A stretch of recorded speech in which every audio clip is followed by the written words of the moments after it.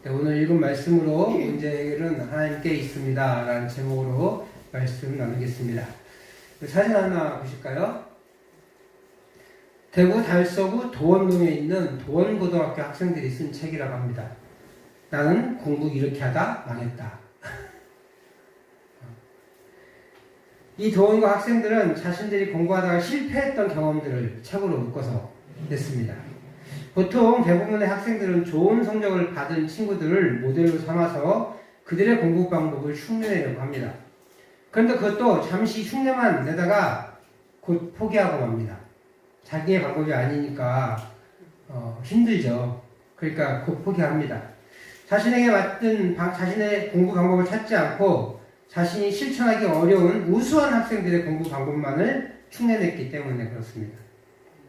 하지만 도원고에서는 많은 학생들이 공부 성공 사례에만 관심을 갖지 않고 일반적인 생각을 뒤집어서 자신의 공부 실패 사례를 분석한 수기를 쓰면서 이 같은 과정을 극복해냈다고 합니다. 그 교장 선생님이 이렇게 말했대요. 요즘 공부에서 가장 중요하다고 하는 게 자기주도 학습인데 그 자기주도 학습을 위해서는 공부에서 뛰어난 능력을 보이는 모델을 찾아서 흉내내면 실패한다. 자기만의 공부법을 찾는 것이 중요하다. 이렇게 말했다고 해요. 그러기 위해서는 자신이 이번 시험에 왜 좋은 성적을 받지 못했는지 그 과정을 철저히 되돌아보고 부족한 면을 보완하기 위해 대책을 세우는 일이 뒷받침되어야 한다. 이렇게 말했습니다. 저도 대학교 때 시험을 딱 봤는데요. 공부 진짜 열심히 해갔어요. 시험 문제 딱 봤는데 시험 문제는 알겠는데 답은 모르겠는 거예요. C 맞았어요. C. 그래서 그 다음부터는 조금 더 이거 대충 봐서는 안 되는구나. 이 글로 써야 되니까 큰 B4 용지에다가 가득하게 써야 되거든요. 그러니까 아주 달달달달 외워야 되는구나. 그때 깨닫고 진짜 달달달달 그때 그 이후로부터는 외웠어요. 하지만 뭐 이렇게 공부에 뛰어나지 않아서 이렇게 아주 우수한 성적을 그때도 거두지 못했던 것 같아요. 그 수기를 썼던 그 학생 중에 하나는 지금까지 수학 공부를 하면서 틀린 문제는 쳐다보지도 않았대요. 그러니까 맨날 틀리는 거예요. 그래서 이번 기말고사 때는 지금까지 공부하면서 틀린 문제를 중심으로 단점을 보완하고 있어요 라고 인터뷰를 했다고 합니다. 네, 실패를 극복하려면 실패를 돌아봐야 돼요. 왜요? 어떤 부분에 실수가 있는지를 확인해야 되기 때문에 그렇습니다. 그러면 그렇게 어디를 틀렸는지 알면 다시 그 문제를 틀리지 않습니다. 그것이 왜 틀렸는지를 점검할 수 있기 때문에 그렇습니다. 우리 삶도 마찬가지로 사실 수없는 실패들을 경험합니다. 우리가 매 순간 선택을 해야 되잖아요. 오늘 아침에 쌀밥을 먹을지 보리밥을 먹을지 귀리밥을 먹을지 선택했어야 됩니다. 물론 남편들은 아내가 주는 밥 그대로 먹고 왔겠지만 가끔 이렇게 물어보시죠. 뭐 드실 거예요? 라고 물어보면 선택을 해야 됩니다. 오늘 어떤 옷을 입고 올지 선택해야 됩니다. 오늘 논에 물을 대야 될지 안 대야 될지 선택해야 되고, 오늘 벼벌주가 생기면 오늘 농약을 쳐야 될지 내일 쳐도 괜찮을지 선택해야 됩니다. 근데 물 대는 거는 그나마 괜찮아요. 그죠?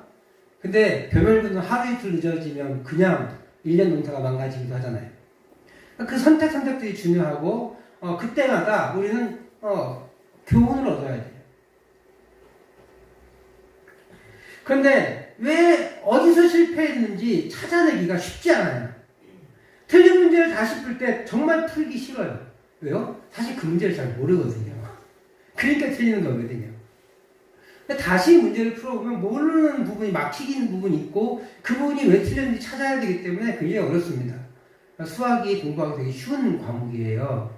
왜냐면 재밌거든요. 푸는 문제. 쾌감이 있어요. 문제 푸는 쾌감. 근데 잘하는 문제만 풀잖아요. 그럼 실력은 안 늘어요. 모르는 문제를 풀어야 되거든요. 우리 인생도 마찬가지예요. 잘하고 좋은 것만, 쉬운 것만 해보면 우리 인생에 발전이 없는 거예요. 한 번 더 어려운 것도 해봐야 되고 새로운 도전도 해봐야 돼요. 작년에 이 벽시가 좋았기 때문에 이 벽시를 오래 심어도 뿌려도 똑같이 좋으라는 법은 없어요. 그리고 더 이상 발전은 없는 거죠. 평탄한 치겠죠. 더 좋은 벽시가 생겼는데, 아니면 더 좋은 품종이 생기거나, 아니면 더 좋은 벼 농사보다 더 수익이 높고 더 몸이 좀 더 간편하게 농사를 지을 수 있는 것들이 얼마든지 있는데 우리는 계속해서 발전되지 않고 도태되면서 살아가고 있는 거예요. 그 문제를 점검해보고 되돌아보지 않으면 그렇게 어려움이 있다는 거예요. 그런데 반성하기 위해서 또 새로운 것들을 연구하기 위해서는 굉장히 애를 써야 됩니다. 쉽지 않죠. 그냥 지금까지 꾸준하게 해왔던 거 그대로 하면 큰 문제가 없는 거예요.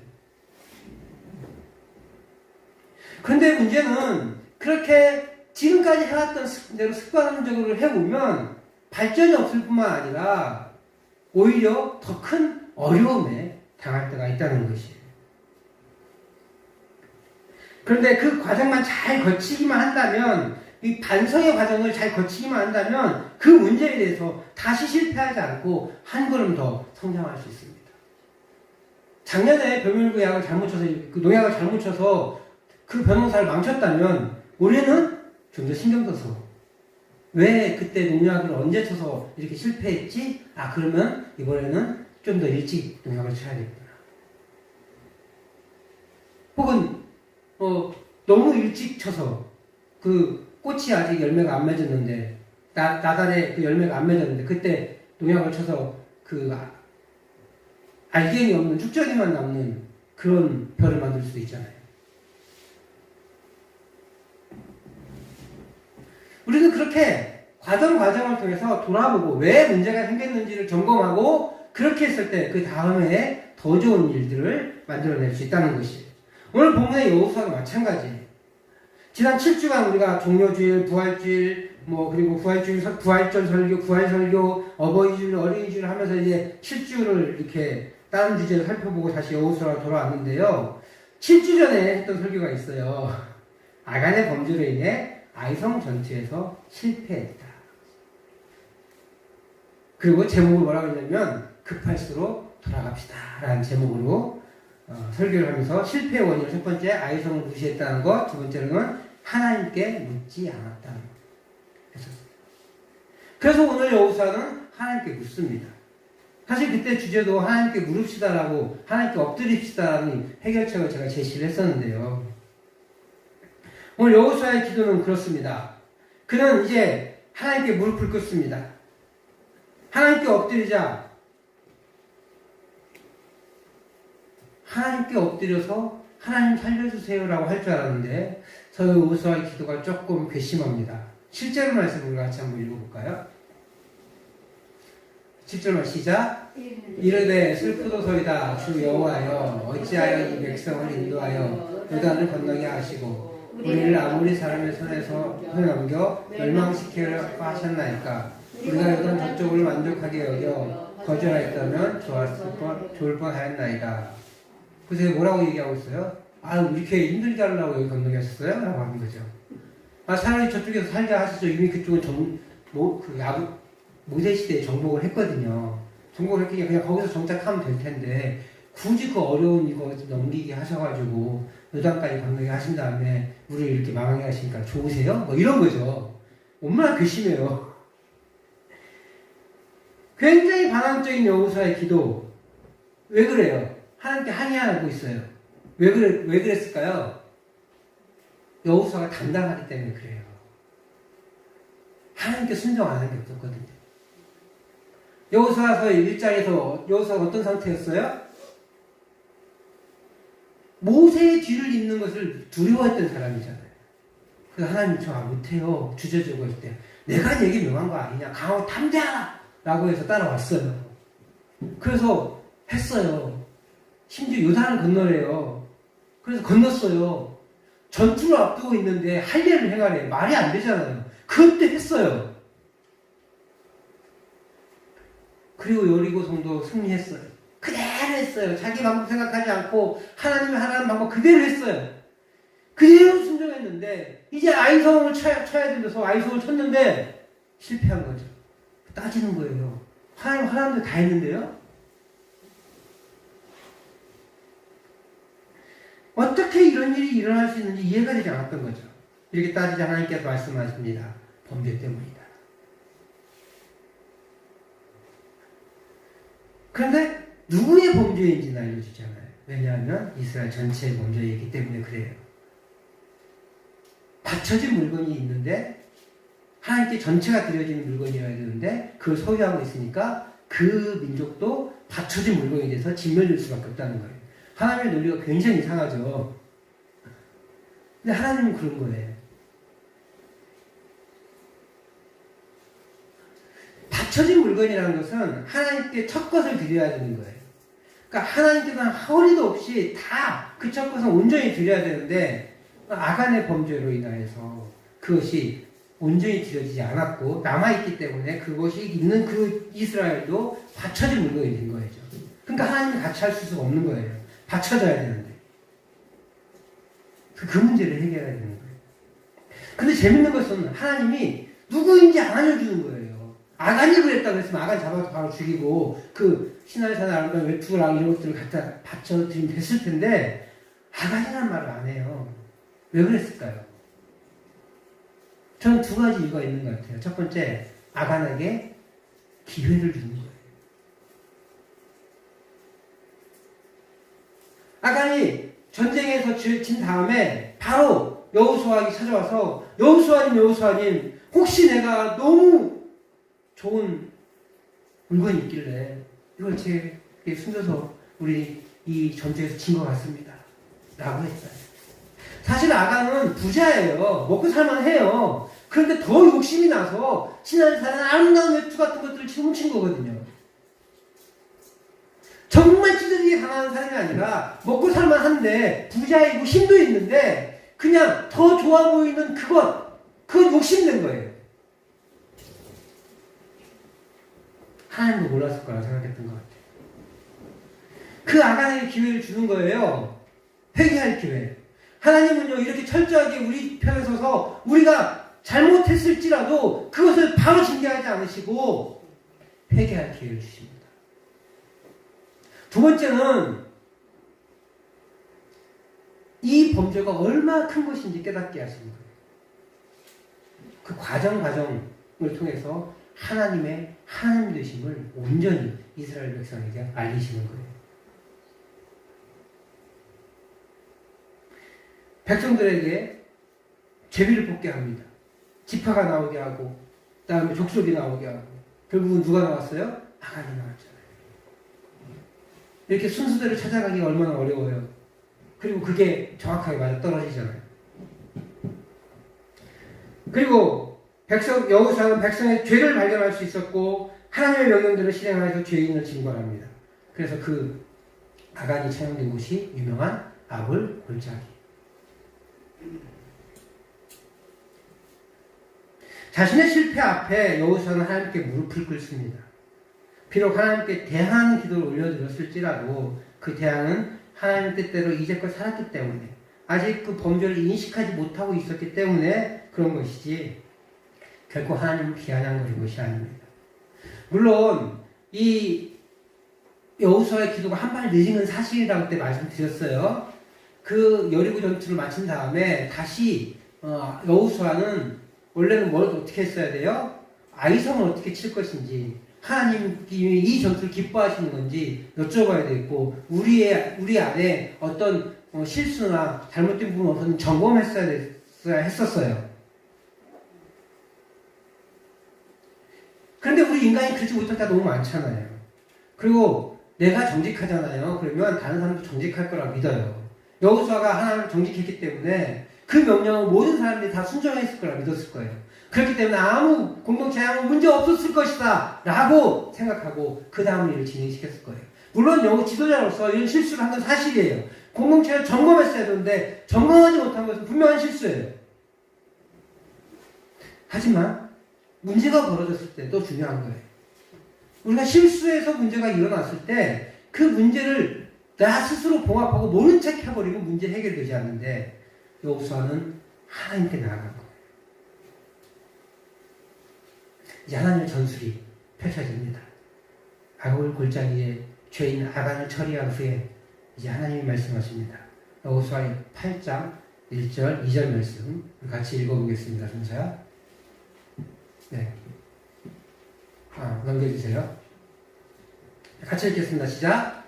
여호와께서 여호수아에게 이르시되 두려워하지 말라 놀라지 말라 군상을 다 거두리고 일어나 아이로 올라가라. 보라 내가 아이와 그의 백성과 그의 성읍과 그의 땅을 다 내 손에 넘겨주었으니. 하나님은 작은 아이 성을 공격하기 위해서 몇 명만 가라고 하지 않고 모든 군사가 다 갈 것을 명령하십니다. 그리고 복병을 두라고 명령하십니다. 하나님의 전술은 아이 성이 이전에 이스라엘 이긴 심리를 역이용하시는 거예요. 그 역이용하는 작전으로서 아이성 군사들은 이스라엘을 이긴 적이 있기 때문에 틀림없이 이스라엘 군대를 약간 무시합니다.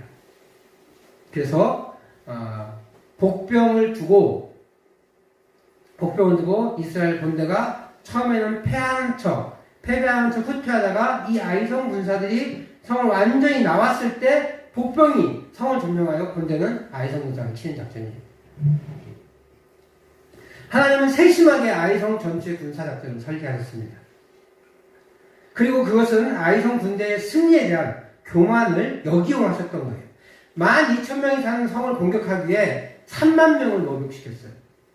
이스라엘 군대 전체가 또 움직이게 하셨습니다. 또 8장 12절에 보니까 매복 군인은 또 5,000명이라고 밝혀요. 아마도 여호수아가 5,000명을 또 더 매복한 것 같아요. 그 매복 군사가 몇 명이에요? 그러면 35,000명.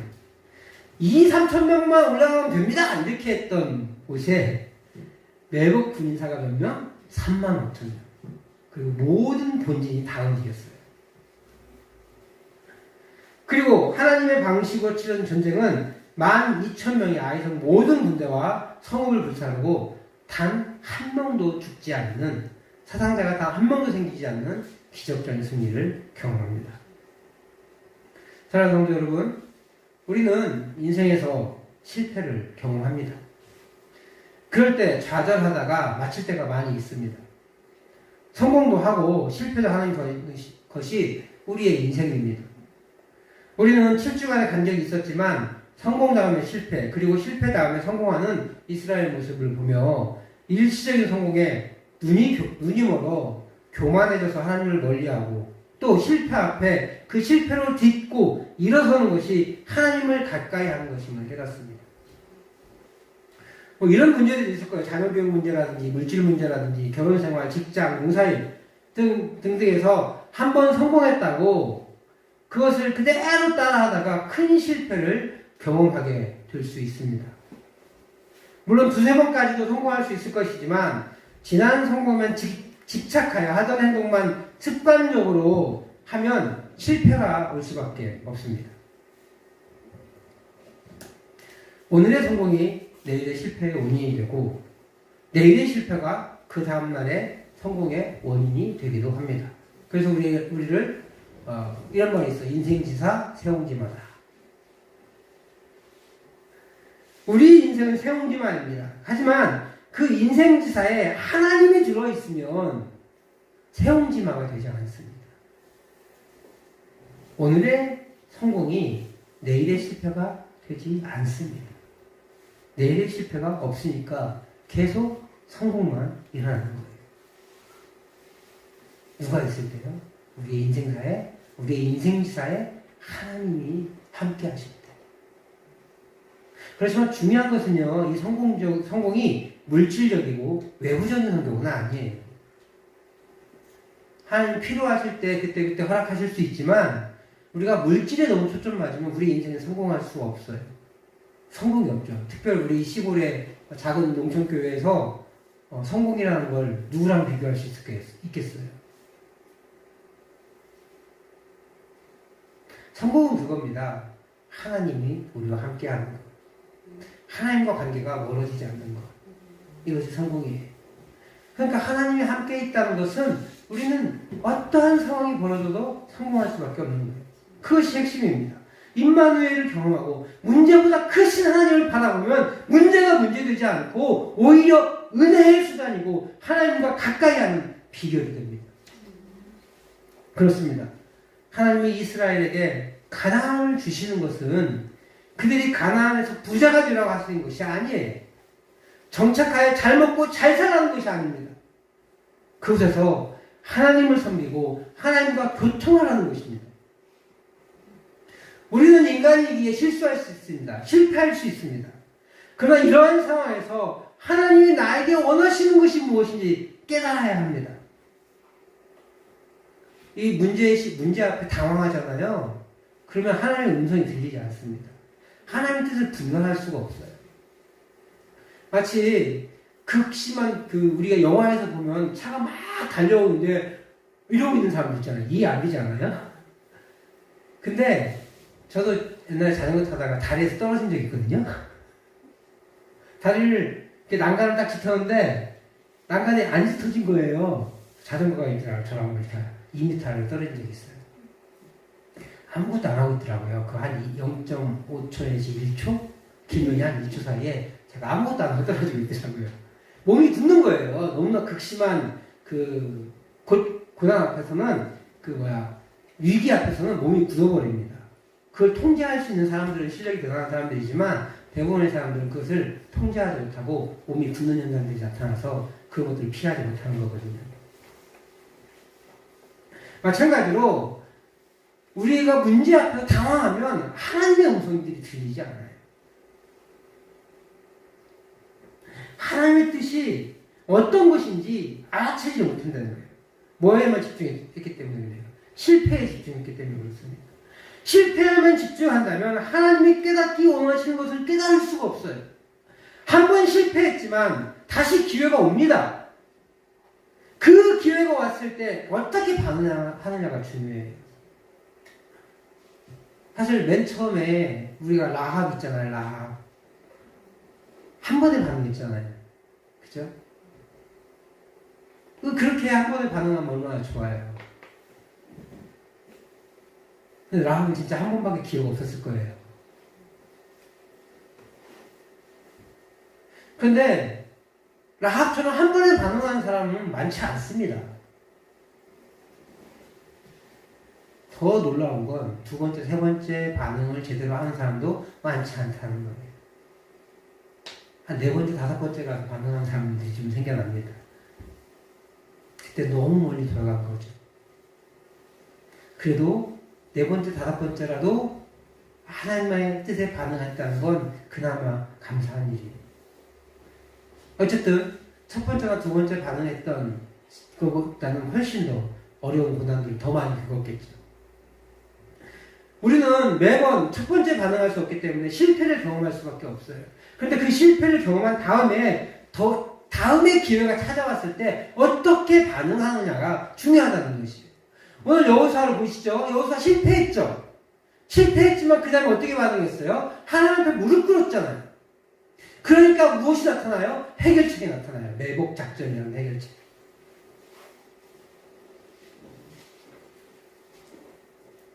그 기회가 왔을 때 우리가 어떻게 반응하느냐가 중요합니다. 그러므로 우리는 사건 앞에 매번 하나님의 뜻을 간구해야 합니다. 기도를 통해 지혜를 달라고 해야 되고 말씀을 통해 하나님의 뜻을 구하고 알아가야 합니다. 그렇게 했을 때 라합처럼 첫 번째로 오는 기회를 놓치지 않는 영적 통찰력을 가질 수 있을 것입니다. 우리는 모두 하나님 나라 백성으로 살아가고 있습니다. 그런데 실제 삶의 현장은 세상이에요. 이 세상에서 하나님 나라의 백성으로 산다는 것은 눈이 멀고 귀가 멀기가 쉽습니다. 너무 보이는 것이 많고 너무 우리의 눈을 현혹하는 것이 많고 너무 우리의 귀를 속삭이는 것들이 많기 때문에 우리의 눈과 귀가 멀 확률이 굉장히 높다는 거예요. 그러므로 더욱 의지해서 하나님과의 교제에 힘쓰고 하나님의 뜻을 구하여야 합니다. 기도와 묵상을 통해 한 걸음 한 걸음 나아갈 때 하나님의 뜻을 온전히 알 수 있고 우리의 문제를 하나님께 올려드릴 수가 있습니다. 이것이 문제라는 내 상황이 털어졌을 때 이것이 문제라는 것을 지각하는 것 이게 은혜더라고요. 그것을 깨달을 때 하나님께 나아갈 수 있고 하나님께 구할 수 있기 때문에 그렇습니다. 그러므로 나 자신을 돌아보며 기도와 말씀으로 하나님의 뜻을 깨닫고 그분의 뜻을 실천하여 하나님의 문제 해결을 경험하며 사시는 성도님들 되시기를 주님의 이름으로 축복합니다.